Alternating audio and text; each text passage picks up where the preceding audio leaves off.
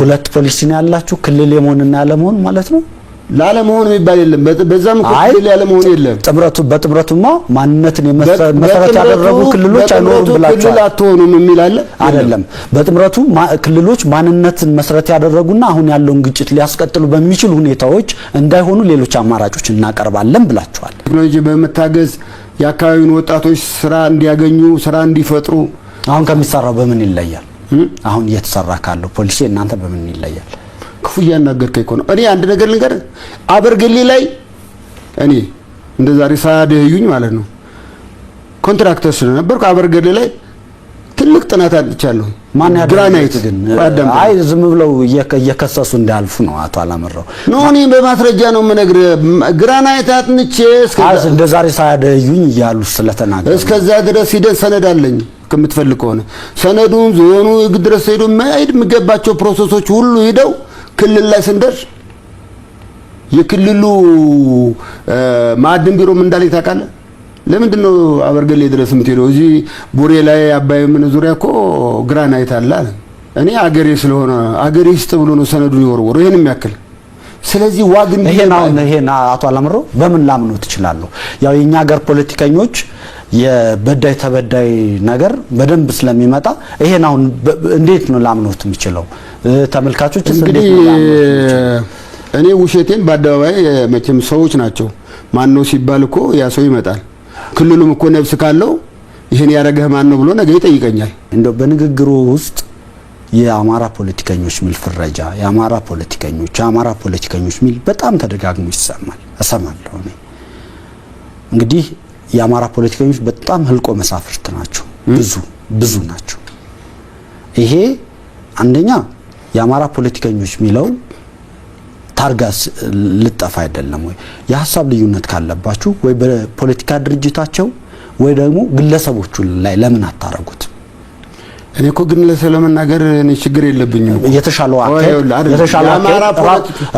የአማራ ፖለቲከኞች የሚልህ አሁን ያለውን ያቶ አረጋ ከበደን እነሱም እኮ ያማራ ያየነው ስለሆነ የለየሁል እኮ ነው ታዲያ እንዴ እነሱ እንዳይጠቀለሉ እኮ ነው አሁን ያሁኑን ይያልኩ የነገርኩ ያለው ከዛ ውጪ ያለው ግን አይተናቸዋል ይሄን ያክል ጊዜ ስንኖር ያገው ህዝብ ችግር አለው ይያለ ስንናገር የቅማንት ህዝብ እንደዚህ ሆነ ስንል ከኛ ጋር ከመደራደር ይልቅ ችግሩን ማስፋት ነው ይዘው የነበረው ምንም ይሄ እኮ አንድና ሁለት የሚባል አይደለም ወደ ጥያቄ ግን አልመጡልኝም የናንተ የትምህርት የጤና የግብርና ፖሊሲ አሁን ስራ ላይ ካለው ምንድነው ልዩነቱ ነበር ጥያቄ ልዩነቱማ ለእያንዳንዱ ዜጋ ያላድሎ ተግባራዊ ይደረጋል አሁን ያለው ደግሞ አድሏዊ ነው ለምሳሌ ዋግ ላይ 900 ምናምን ዳስ ትምህርት ቤት ነው ያለው ደህና የጤና ኬላ የለም የጤና ጣቢያ የለም ሪፈራል ሆስፒታል የተባለው ምንም የማሟላ ነው እኛ እናደርጋለን የምንለው ህዝቡ በአግባቡ ልክ እንደሌሎቹ ተወዳዳሪ በሆነ ወይም ደግሞ እንደሌላው ተመጣጣይ በሆነ ሁኔታ የሚገለገልበትን ተቋሞች እንገነባለን እናሟላለን መሳሪያዎቻቸውን በጣም ብዙ ፖሊሲዎች በእያንዳንዱ ሴክተር ላይ ፖሊሲዎች አሉ የተሻሉ ማለት ነው ስለዚህ የውሃ የጤና የትምህርት የመንገድ ብዙ ነገሮች ለምሳሌ በአሁኑ ሰዓት ብዙዎቹ አዊን ሜዳውን እንኳን ከወረዳ ቀበሌ የሚያገናኙ መንገዶች አሉ ዋግማ ከወረዳም የለም ወደ ሌላ ጥያቄ ልሂድ አቶ አላመራው በፖለቲከኞች እንግዲህ በእናንተ ለአገው ህዝብ ነው ምን ሰራው ብላችኋል እንግዲህ ብዙ ጽሁፎቻችሁም እዛ ላይ የሚያተኩሩ ናቸው ሌሎችም አሉ ደግሞ ባገው ስም የተደራጁ እውነት የህዝቡ ችግር ከሆነ ያሳሰባችሁ ለምንድን ነው ተሰባስባችሁ ባንድ ላይ ማሰሩት ትንንሽ የልዩነት ስንጥቃት ለምን የመከፋፈል ምክንያት ይሆናሉ ይሄ እንደው አገውን ብቻ ነው እንጂ በሌሎች አካባቢዎች ባሉ ማንነትን መሰረት አድርገው በተቋቋሙ ፖለቲካ ፓርቲዎች ላይ የሚንጸባረቅ ነው ግን እሱ ያገውን ይመልሱልኝ ያገው ችግሩ ከውስጡ ይልቅ የውጩ ነው ችግሩ የውጩ ያገው ፖለቲካ የተረጋጋ ሆኖ እንዳይቀጥል የሚፈልጉ የተለያዩ ድርጅቱ ለምሳሌ ያገው ብሔራዊ ሸንጎን ለማፍረስ ያልተደረገ ጥረት የለም ያው ብዙ ሙከራዎች ተደርገዋል።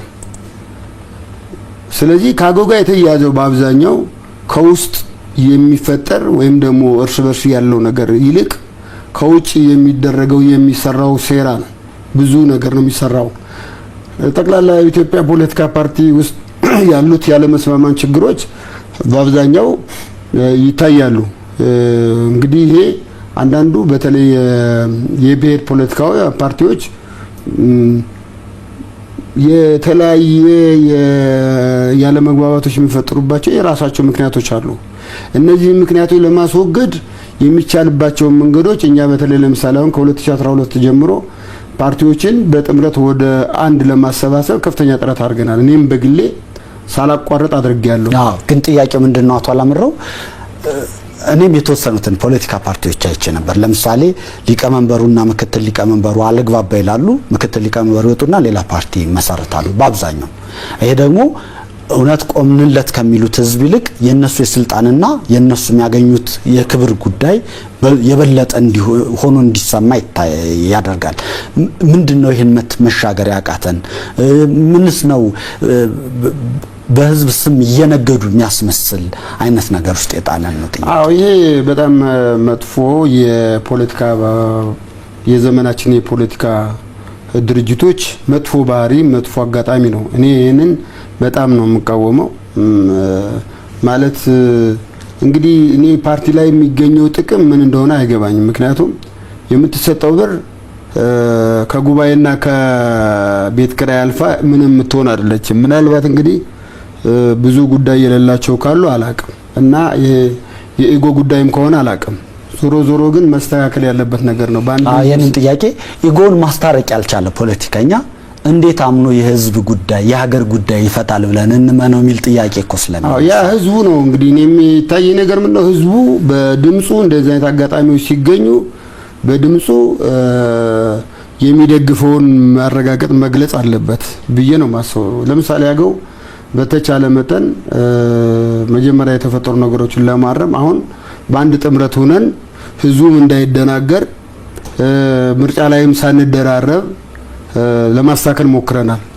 ይሄ ሂደቱ ወደፊት ወደ አንድ አይነት ወይም ደግሞ አንድ ፓርቲ ለመሆን የሚያስችል ሁኔታ መንገድ እየጠረግን ነው ማለት ይችላል። እኛ እንደ ጥምረት ይሄንንም ሁሉንም ችግር የፈታ ፖሊሲ አስቀምጠናል። ነገር ግን አሁን ባለው ሁኔታ ሀገሪቷን ጥምረት ወይም ደግሞ ፖሊሲ በጥምረቱ ያለው ፖሊሲ አሸንፎ አገር መምራት እስካልተቻለ ድረስ ተግባራዊ ሊሆን አይችልም። ነገር ግን አሁን በሀገሪቱ ያለውን የፓርቲዎች አሁን ያልከውን አይነት ጸያፍ የሆነ አሳፋሪ ባህላችንን መለወጥ መቻል አለብን። እሱን ብዙ ፓርቲዎች ጋር እየተመካከርን ያለ ነው። ሌላው ራስን በራስ ማስተዳደር የሚለውን በጣም ደጋግሞ ስለሚያነሱት ራስን በራስ ማስተዳደር የሚለው ብያኔ አንዳንዶቹ ባሉ የአስተዳደር እርከኖች የራስን አካባቢ የራስን ቋንቋ፣ ባህል፣ ማንነት ጠብቆ ማስተዳደር ነው፣ ህዝቡ በመረጣቸው መተዳደር ነው የሚል ብያኔ ይሰጡታል። እኛ ሀገር ደግሞ ክልል የሚለው ነገር በጣም ተደጋግሞ ይነሳል በተለያዩ አካባቢዎች። በእርሶ እምነት፣ በፓርቲው እምነት ኢትዮጵያ ስንት ክልል መሆን ትችላለች ብላችሁ ታምናላችሁ? ክልል የኛ ለምሳሌ አሁን እኛ የክልል ጥያቄ የምናነሳው አቅቶን ነው ማለት አላምረው ጥያቄ እሱ ሳይሆን ገብቶኛል። ኢትዮጵያ ስንት ክልል መሆን ትችላለች? የኢትዮጵያን የክልል ብዛት አላምረውም አገው ብሔራዊ ሸንጎም ኢቭን የጥምረቱም አይወስንም። ምክንያቱም በመሰረቱ ግን ባሉ ተሞክሮዎች በህንድም በናይጄሪያም ልክ እንደ ኢትዮጵያ ተመሳሳይ ብዙ ማንነቶች ባሉባቸው አካባቢ እንደ መፍትሄ የቀረበው ራስን በራስ የማስተዳደር እድልን በህገ መንግስት የተቀመጠውን መስፈርት ለሚያሟሉ በመስጠት ነው። 50ም 30ም ክልል በመፍጠር ይሄ ማለት ምን ማለት ነው? አሁን ለምሳሌ አማራ ክልል በጣም ሰፊ ነው። በዚህ ምክንያት ዜጎች ፍትህ የሚያገኙበት ጊዜም የራቀ ነው። በ1000 ኪሎ ሜትር ርቀት ነው ያለው ካንዱ እስከ አንዱ። ስለዚህ አንድ ሰው ያን ያክል ከሚሄድ በቅርቡ የሚዳኝበትና መፍትሄ የሚያገኝበት ሁኔታ መፈጠሩ አገሪቷ እንድትረጋጋ ዜጎችም አገሬ ናት ብለው በሰላም እንዲኖሩ ያደርጋል። አሁን ግን ራስን በራስ ማስተዳደር ማለት ክልል ሆኖ መደራጀት ማለት ነው። አቶ አላምረው ራስን በራስ ማስተዳደር ማለት ክልል መሆን ወረዳ መሆን ቀበሌ መሆን አይገልጸውም፣ ብቻውን አይገልጸውም። ራስን በራስ ማስተዳደር ማለት መብቶች ሳይሸራረፉ መወሰን ነው ባጭሩ። ማለት አንድ ሰው በራሱ ማስተዳደር የሚፈልገው ለምንድን ነው? በራሱ ባህል፣ በራሱ ቋንቋ፣ በራሱ ዘዬ መተዳደር እንዲችል ፍትህ እንዲያገኝ ነው። አሁን ከዚህ ውጭ የሆነው ነገር ግን ምንድነው? ሰውየው አንድ ሰው የዚህን ሰው ባህል አያውቅም፣ የዚህን አካባቢ ባህል አያውቅም። ስለዚህ በህዝቡ ላይ በደል ሊያደርስ ይችላል። ሁለተኛ ህዝቡም ደግሞ መፍትሄ ለማግኘት እዛ ሰው ጋር ያለው ቅርበት በጣም አስቸጋሪ ነው የሚሆነው። ይሄ ማለት ግን ብዙ ቦታ ላይ እዛ አካባቢ ያልተወለዱ ድንቅ የሆኑ መሪዎች ህዝብ ሲያስተዳድሩ ታያለህ። ይሄ መታደል ነው። ነገር ግን በአብዛኛው ራስን በራስ ማስተዳደር የሚባለው በራስህ ቋንቋ፣ በራስህ ባህል፣ በወግህ ተከብሮልህ ማንነትህ ተከብሮ መተዳደር ማለት ነው። ይሄ ስለዚህ ብዙ መፍትሄ የሰጠ ነው በተለያዩ ሀገሮች። ክልል በነገራችን ላይ ክልል መብዛት መገንጠል አይደለም፣ ሀገርን ምንም የሚጎዳው ነገር የለም። ብዙ ክልል ስለሆነ 50 ክልሎች እና ከዛ በላይ ክልሎች ለምሳሌ በፌዴሬሽን ምክር ቤት አባል የሆኑ ከ76 የሚደርሱ ብሔረሰቦች አሉ። በእነዚህ ሁሉ አንዳንድ ክልል ብናረግ ኢትዮጵያ 76 ገደማ ክልል ይኖራታል። ይሄ ደግሞ አንድም በክልሎች መካከል ያልተመጣጠነ ስልጣን እንዲኖር ያደርጋል የሚል ስጋት ያላቸው ሰዎች አሉ። ይሄን የሚያነሱ አሁን የተመጣጠነ ነው ያለው በፌዴሬሽን ምክር ቤት ነፃና ገለልተኛ ስላልሆነ ለአንድ ነገር ግን አንድ ፌዴሬሽን ምክር ቤት እርሶ ለምሳሌ ይቅርታ ፌዴሬሽን ምክር ቤት ዋና የተቋቋመበት ዓላማ ምንድነው? ማንነትን፣ የድንበር ግጭትን፣ የቋንቋን የመሳሰሉትን እንዲፈታ ነው አለ። አንድም ሲፈታ ታይቶ አይታወቅም። ምክንያቱም የፌዴሬሽን ምክር ቤቱ አባላት የክልል ፕሬዝዳንቶች፣ የገዢ ፓርቲ ተወካዮች ናቸው። ግን አቶ እነዚህ ጥያቄዎች የፖለቲካ ከፍተኛ የፖለቲካ ጥያቄዎች ደግሞ በራስ ማስተዳደር ጥያቄዎች አሁን በሀገራዊ ምክክር ኮሚሽን እና በሌሎች አማራጮች ይፈቱ የሚሉ አማራጮች ቀርበዋል። ያው እዛ ላይ ያላቸው አቋም እንደተጠበቀው ነው። የኔ ጥያቄ ግን እኛ ሀገራዊ ምክክር ኮሚሽንን በተስፋ እየጠበቅን ነው ያለነው። ፌዴሬሽን ምክር ቤት ምንም የውሸት ነው። ከእርሶ ጋር እየተጋጩ አይመስሎትም? በአንድ በኩል ህገ መንግስታዊነትን ህግን የፌዴራል ስርዓቱን ደግሞ በተለይ በጣም በልዩ ሁኔታ መጠበቅ አለበት ትላላችሁ።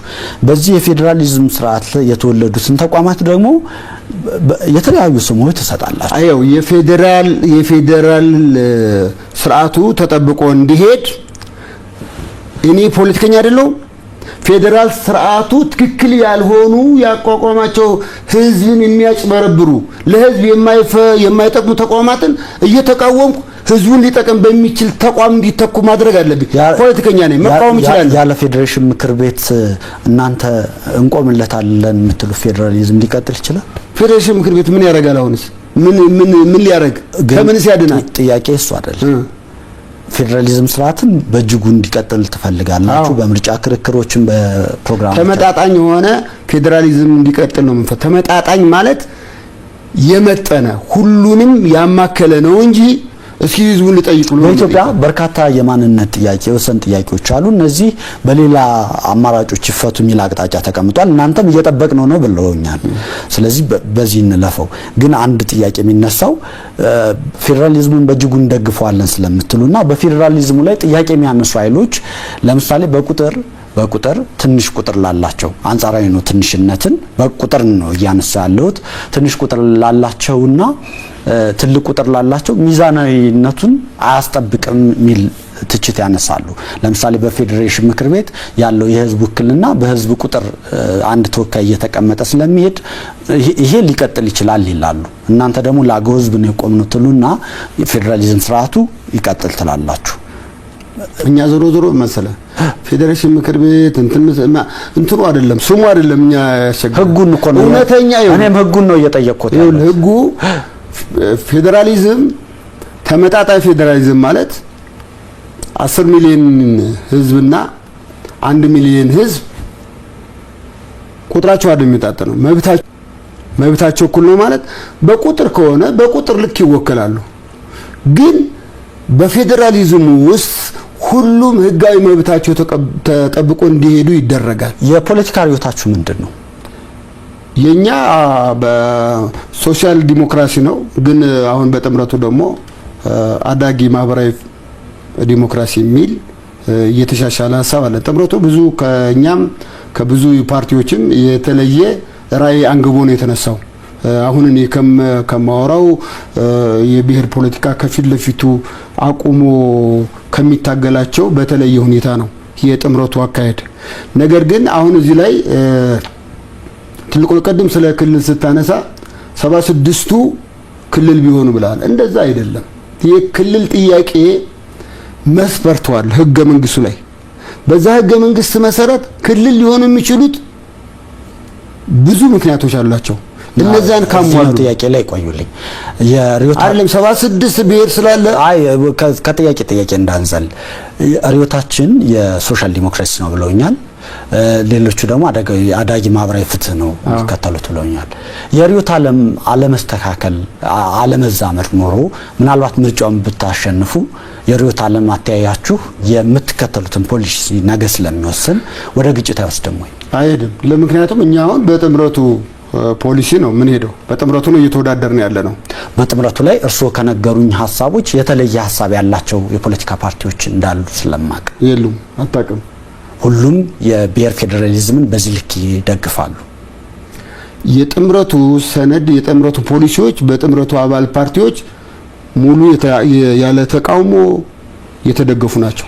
ከኔ ጋር ቆይታ የነበራቸው የጋሞ ህዝብን የወከለው ፓርቲ ሊቀመንበር አቶ ዳሩት ጉማ ግን ሲነግሩኝ አሁን ያለው የብሔር ማንነት መሰረት ያደረገ ፖለቲካ እንዲቀዘቅዝ ይፈልጋል። ኢትዮጵያ አማራጭ የክልልና ሌሎች አደረጃጀቶችን መከተል ካለባትም እሱን እናጤናለን ብለውኛል። እርሱ የጥምረቱ ፖሊሲ ነው የነገረህ። ይሄ ሐሳብ እናንተ ነው? አዎ። ታዲያ እንዴት አገው በክልልነት ይደራጅልናል? ይኸውልህ አሁን ጥምረቱ ውስጥ የክልልነት ጥያቄ ያላቸው አሉ። በሰላም ለኢትዮጵያ ጥምረት ውስጥ ግን የሰላም ለኢትዮጵያ ጥምረት ከተመረጠ የጥምረቱ ፖሊሲ ተግባራዊ ይሆናል። ካልተመረጠ ግን ለምሳሌ አሁን ብልጽግና ቢመረጥ ትግላችን ምንም የሚቀየር